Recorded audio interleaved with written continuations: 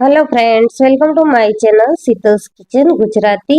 આજે આપણે બનાવવાના છીએ બે પડી રોટલી, કે જેને આપણે ડબલ પડી રોટલી પણ કહીએ છીએ.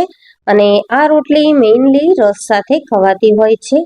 તો મિત્રો, આ સિંગલ પડની રોટલી છે, આપણે ફુલકા રોટલી છે તે બધા જ બનાવી લેતા હોય છે, પણ ડબલ પડની રોટલીમાં ઘણા બધાને પ્રોબ્લેમ્સ આવતા હોય છે. તો આજે હું તમને એ રીતની ટિપ્સ આપીશ કે જેનાથી તમારી ડબલ પડની રોટલી આ રીતે પરફેક્ટ એવી બનશે.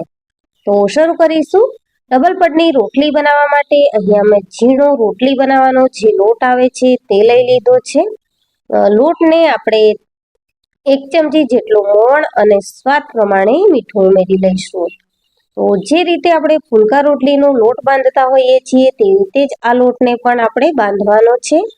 તો રોટલીના લોટમાં મોણ છે તે ઓછું હોય છે, કારણ કે આપણે લોટ સોફ્ટ રાખતા હોય છીએ અને રોટલી આપણે એકદમ પોચી બનાવવાની હોય છે. તો આ રીતે મોણ અને મીઠું સારી રીતે લોટમાં મિક્સ કરી લઈશું અને ત્યારબાદ થોડું થોડું પાણી ઉમેરતા જઈ અને આપણે સોફ્ટ લોટ બાંધી લેવાનો છે.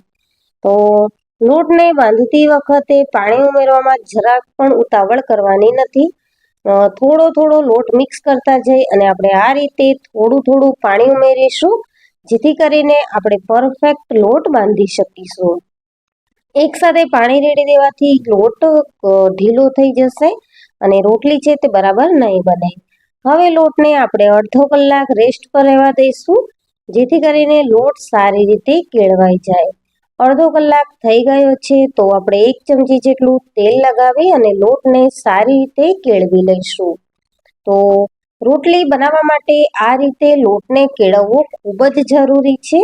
જો લોટ તમારો પરફેક્ટ એવો બંધાયો હશે તો રોટલી પણ તમારી પરફેક્ટ એવી બનીને રેડી થશે. તો 3 થી 4 મિનિટ જેવું મેં લોટને સરસ એવો સેટ કરી લીધો છે અને એકદમ સ્મૂથ એવો બનાવી લીધો છે. હવે આપણે ભાખરીની સાઈઝનું લુવું લઈ અને તેના આ રીતે 2 ભાગ કરીશું અને લુવાને સરસ ફિનિશિંગમાં બનાવીશું. જો મિત્રો પરફેક્ટ રોટલી બનાવવી હોય તો લુવાને ફિનિશિંગમાં બનાવવું ખૂબ જ જરૂરી છે. હવે બંને લુવાની અંદરની સાઈડે આપણે આ રીતે તેલ લગાવવાનું છે અને ત્યારબાદ બંને લુવાને આ રીતે સૂકા લોટમાં ડીપ કરવાના છે. સૂકા લોટમાં ડીપ કર્યા પછી બંને લુવાની જે કિનારી છે તેને આપણે આ રીતે ચિપકાવી લેવાની છે, જેથી કરીને બંને રોટલી સાઈઝમાં સરખી બનશે. તો આ રીતે આપણે બંને કિનારીને ચિપકાવી અને ત્યારબાદ વચ્ચેનો ભાગ પણ ચિપકાવી દેવાનો છે અને સેમ પ્રોસેસથી આપણે બધા જ લોવા રેડી કરી લીધા છે. હવે રોટલીને વણવા વખતે પણ આપણે એક ટ્રિક્સ વાપરીશું. તો આ રીતે આપણે રોટલીને બંને સાઈડથી વણવાની છે, જેથી કરીને બંને રોટલીઓ છે તે સેમ સાઈઝમાં રેડી થશે. જો તમે એક સાઈડથી જ રોટલી વણશો તો એક રોટલી નાની અને એક રોટલી મોટી એ રીતે બનીને રેડી થશે. તો મિત્રો, આ 2 કે 3 ટિપ્સ તમે વાપરશો તો તમારી ડબલ પડની રોટલી છે તે પરફેક્ટ બનશે, એક સરખી સાઈઝમાં બનશે, પરફેક્ટ એવી ગોળ બનશે અને આસાનીથી બંને રોટલી અલગ પણ થશે. આ રીતે મેં રોટલીને વણી લીધી છે અને તમે જોઈ શકો છો કે બંને રોટલીની સાઈઝ સરખી છે. સેમ પ્રોસેસથી આપણે બધી રોટલી વણીને રેડી કરી લેવાની છે. સૌ પ્રથમ આપણે બંને લોવાને એક સાઈઝમાં ગોઠવવાના છે. ત્યારબાદ રોટલીને પલટાવીને આપણે વણીશું, જેથી કરીને બંને રોટલીની સાઈઝ છે તે સરખી રહેશે. તો અહીંયા હું પલટાવીને વણી રહી છું, તમે જોઈ શકો છો.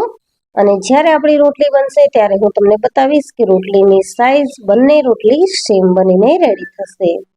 અહીંયા મેં રોટલીઓ વણી લીધી છે. હવે રોટલીને શેકવા માટે આપણે મીડિયમ ગેસની ફ્લેમ રાખવાની છે અને રોટલીને 2 થી 3 વાર પલટાવીને શેકી લેવાની છે. તો ડબલ પડની રોટલી છે મિત્રો, એ ફુલકા રોટલીની કમ્પેરમાં જલ્દી શેકાઈ જતી હોય છે. તો આ રીતે આપણે 3 થી 4 વાર પલટાવતા જઈ અને રોટલીને શેકી લઈશું. ગરમ ગરમ રોટલીને આપણે આ રીતે હાથમાં થોડી ફેરવીશું, એટલે બંને રોટલીનો જે લેયર છે તે ખુલી જશે અને આ રીતે બંને રોટલી પરફેક્ટ એવી આપણી છૂટી પડી જશે.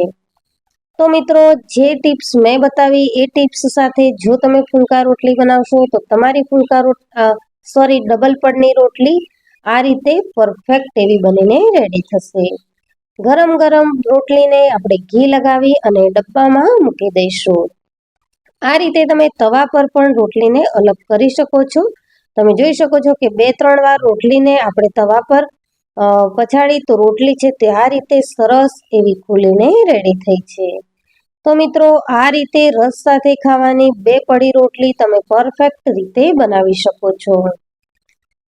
તો મિત્રો, આ ડબલ પડની રોટલીની રેસીપી તમને કેવી લાગી તે મને કમેન્ટ સેક્શનમાં જરૂરથી જણાવજો. અને જો રેસીપી વિડીયો ગમ્યો હોય તો વિડીયોને લાઈક કરજો, શેર કરજો અને ચેનલ પર નવા આવ્યા હો તો ચેનલને સબસ્ક્રાઇબ જરૂરથી કરજો.